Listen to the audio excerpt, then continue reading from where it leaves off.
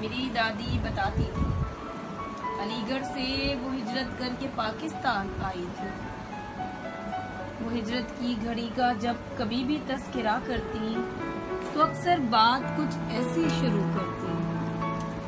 رکھے تھے دال چاول اس گھڑی چولہے پہ پکنے کو۔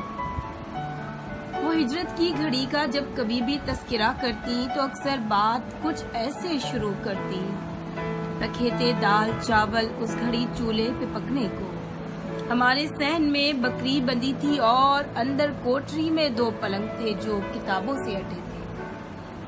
ہمارے صحن میں بکری بندھی تھی اور اندر کوٹری میں 2 پلنگ تھے جو کتابوں سے اٹے تھے۔ وہیں کونے میں ایک صندوق تھا جس میں میرے اور میری بہنوں کے لیے لائے گئے چینی کے برتن تھے۔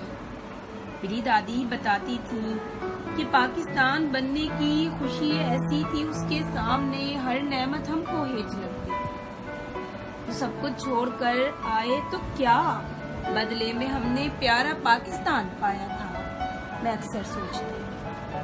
اکثر سوچتی ہوں جو چمک سب کچھ لٹا کے اپنے پاکستان کو پا کے میری دادی کے چہرے اور آنکھوں سے جھلکتی تھی، وہ میری نسل کے چہروں پہ سب کچھ پا کے بھی آخر دکھائی کیوں نہیں دیتی۔